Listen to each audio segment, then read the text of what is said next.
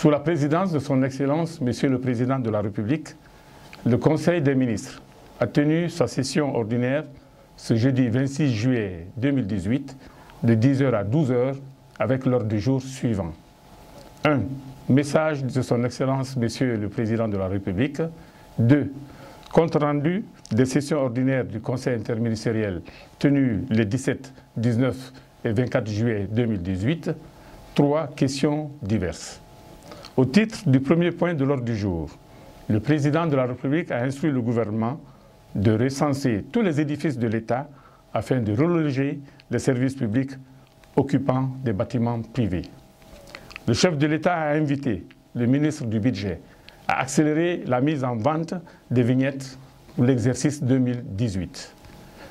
Le Président de la République a demandé au ministre de la Jeunesse de veiller à éviter les conflits d'attribution entre toutes les structures impliquées dans la promotion et l'emploi des jeunes.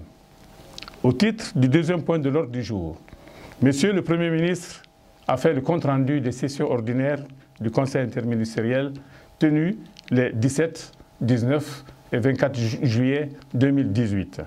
Le Conseil a entendu successivement le ministre de l'Industrie et des petites et moyennes entreprises a fait une communication portant sur l'adoption de la lettre de politique nationale de promotion du secteur privé en République de Guinée. Cette politique est basée sur un objectif général d'amélioration de la compétitivité et du développement du secteur privé dans un cadre institutionnel adéquat et un environnement des affaires permettant de contribuer au mieux à une croissance forte et soutenue de l'économie nationale. Cet objectif global a été décliné en 3 axes stratégiques. Premièrement, l'amélioration de la surface financière, du profil entrepreneurial et de l'organisation des acteurs économiques en vue d'améliorer l'efficacité du secteur privé. 2. L'amélioration des appuis au secteur privé, de leur diversification, coordination, suivi, évaluation périodique et de leur centralisation. 3. L'amélioration du processus de création d'entreprises, de leur promotion, de la rentabilité des activités économiques et de la compétitivité des biens et services produits par le secteur privé. Il est doté d'un cadre logique répondant aux exigences de résultats et d'activités du Plan national de développement économique et social, PNDES. Le Conseil a adopté la lettre de politique nationale de promotion du secteur privé en République de Guinée. Le ministre du Budget a fait une communication relative à la présentation du projet de loi de finances rectificative exercice 2018. Il a affirmé que ce cadre budgétaire révisé résulte des projections macroéconomiques concertées avec les partenaires financiers dans le cadre du programme soutenu par la facilité élargie de crédit pour la période 2018-2020. Les projections budgétaires révisées au niveau des recettes, des dépenses et du financement sont bâties sur une hypothèse de croissance de 5,8% comme initialement prévu, le maintien du taux d'inflation en fin de période à 8% et c'est celui de réserve de la BCRG à un niveau de 3 mois d'importation et un taux de pression fiscale réajusté. Le Conseil a adopté le projet de loi de finances rectificative exercice 2018. Il a invité le ministre à initier des réformes hardies pour rationaliser la conception, la préparation et l'exécution du budget au regard des priorités gouvernementales. Le ministre de la Jeunesse et de l'Emploi jeune a soumis pour examen le projet de décret portant création, organisation et fonctionnement de l'Observatoire national de la jeunesse. Il a indiqué que pour résoudre la problématique majeure de dispersion de l'information, l'absence de continuité dans la collecte, le traitement des données sur la jeunesse, le gouvernement guinéen, avec l'appui de la Banque mondiale, a décidé de mettre en place une structure de collecte et d'analyse régulière des données sur la jeunesse. L'Observatoire national de la jeunesse est une structure indispensable à la conception et au pilotage des projets et programmes en faveur des jeunes.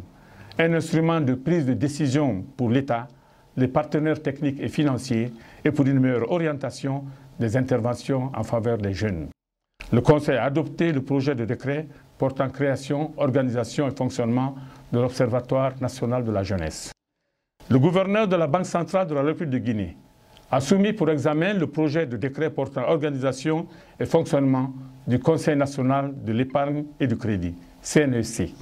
Le projet de décret est initié en application de l'article 44 de la loi portant réglementation bancaire en République de Guinée, qui stipule que le Conseil national de l'épargne et du crédit est un organisme consultatif chargé de délibérer et d'émettre des avis sur les conditions de fonctionnement des établissements de crédit.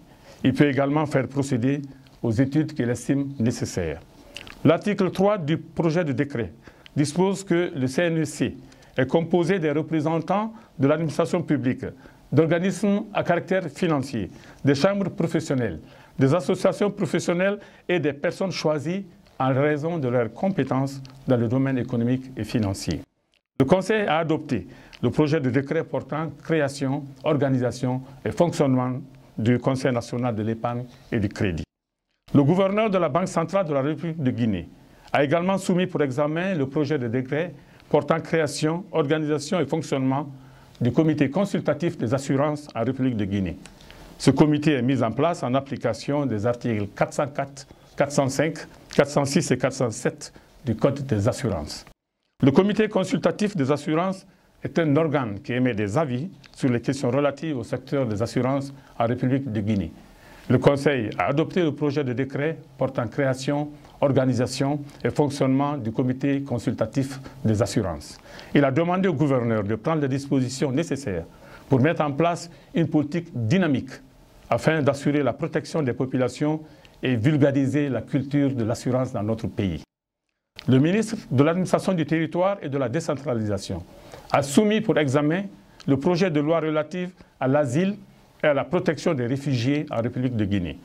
Il a soutenu que le présent projet de loi, qui révise la loi L012-AN du 10 août 2000, renforce le cadre légal permettant de répondre aux changements intervenus dans un monde en constante évolution, notamment la nécessité de trouver des solutions durables aux problèmes des réfugiés, comme l'intégration locale des réfugiés qui le souhaitent, contrôler les flux migratoires mixtes et irréguliers et l'accès à nos frontières, lutter contre le trafic d'enfants et contre le trafic d'êtres humains sous le couvert de l'asile, se conformer aux instruments juridiques sous-régionaux, CEDEAO, OUA, etc. Le Conseil a adopté le projet de loi relatif à l'asile et à la protection des réfugiés en République de Guinée. Le ministre de l'Administration du territoire et de la décentralisation a fait une communication relative aux conflits sociaux récurrents en République de Guinée. Il a indiqué que les causes principales et sous-jacentes sont liées aux conflits entre agriculteurs et éleveurs, à l'exploitation des domaines d'orpaillage artisanal et de l'agriculture, à la gestion des mares pour la pêche des ressources halieutiques, ainsi qu'aux différents ordres confessionnels.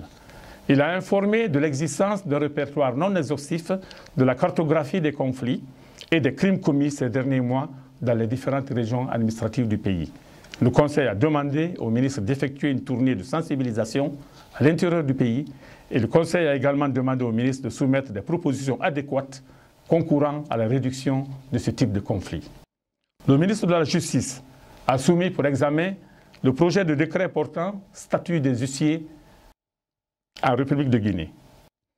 Le ministre a indiqué la nécessité de faire la revue du statut des huissiers de justice de 1986 en vue d'y apporter les amendements qu'il faut pour permettre à la profession des huissiers de justice de jouer efficacement son rôle d'auxiliaire de justice auprès de toutes les juridictions de notre pays. Le ministre a indiqué que les dispositions de ce projet de décret prévoient également une chambre nationale et des chambres régionales qui représentent l'ensemble de la profession auprès des pouvoirs publics. La Chambre nationale est en outre chargée de concilier les différents ordres professionnels entre les chambres régionales et peut trancher ces litiges par des décisions qui sont exécutoires ou susceptibles de recours. Elle exerce devant toutes les juridictions les droits réservés à la partie civile concernant les faits portant un préjudice direct ou indirect à l'intérêt collectif de la profession. Le Conseil a adopté le projet de décret portant statut des huissiers de justice de Guinée.